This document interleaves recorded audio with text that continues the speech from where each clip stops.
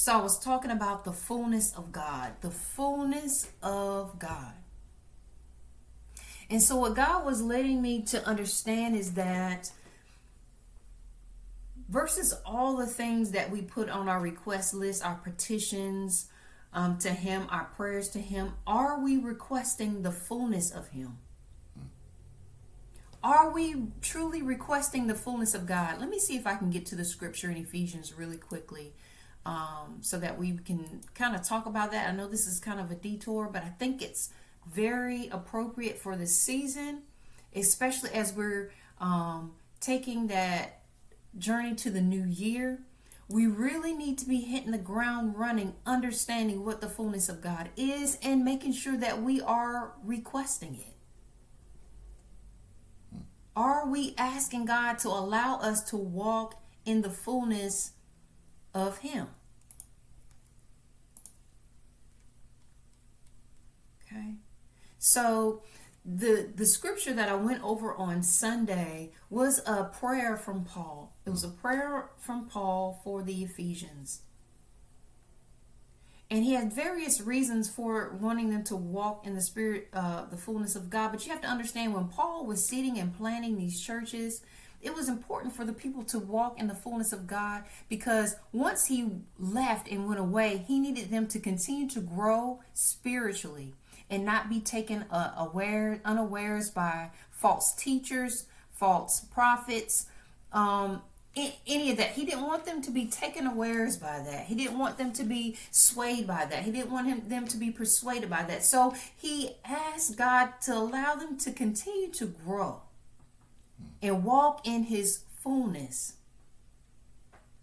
Okay, so the scripture says, when I think of all this, Ephesians chapter 3 verse 14, the scripture says, when I think of all this, I fall to my knees and pray to the Father, the creator of everything in heaven and on earth. I pray that from His glorious unlimited resources,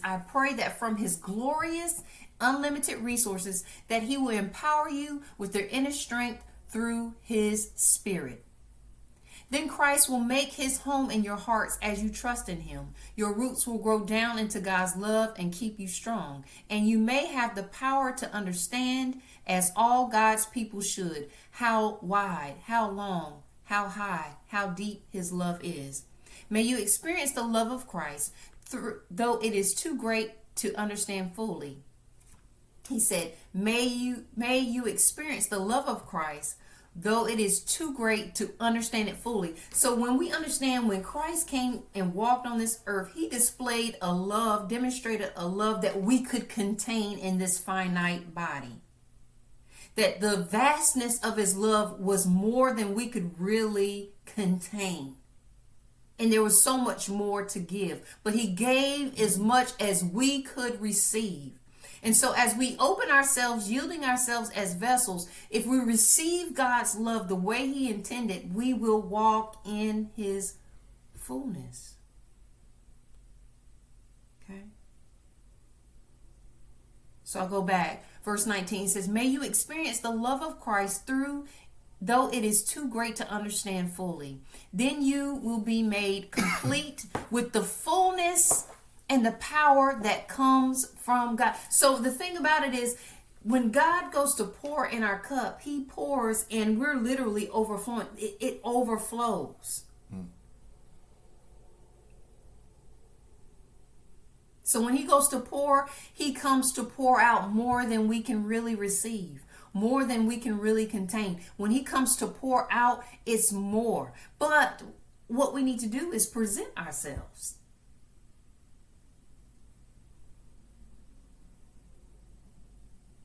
Present ourselves to the Father. Say, Lord, I want to walk in the fullness of You. And as you continue to ask Him to allow you to walk in His fullness, guess what? We do understand that we have the authority and the power to move mountains. We don't understand that we really have that authority and power until we walk in the fullness of God. The fullness of God allows us to walk in obedience because we want our relationship with the Lord to deepen and deepen and deepen. This fullness of God really needs to be our petition because it sharpens our gifts. Sharpens our gifts, deepens our relationship. It pushes us to deeper dimensions of God. And we really believe when we see the scriptures, when Christ says, you do have faith to move mountains, we believe that and then we declare it. We start speaking in it. We start walking in it because there is the fullness of God. So, Pastor Carla, why are you saying all this? I'm saying all this because I know from experience what it feels like to not feel like you're walking in your full potential. Not to walk in your full potential. And how do I get there? How do I walk in my full potential? Well, it comes with requests, your certain requests from God. Your certain prayers, your certain conversations with God. It comes from this.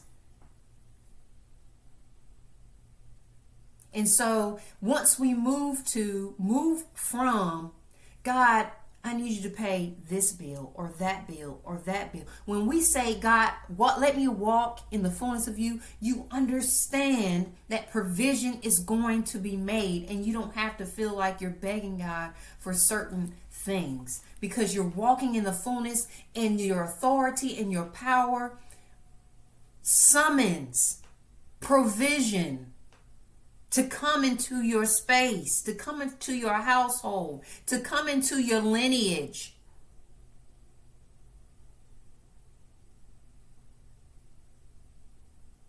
And you don't see everything on a unilateral level. You don't see everything on a unilateral level. You see far beyond generations past, generations forward, learning from generations past. Okay.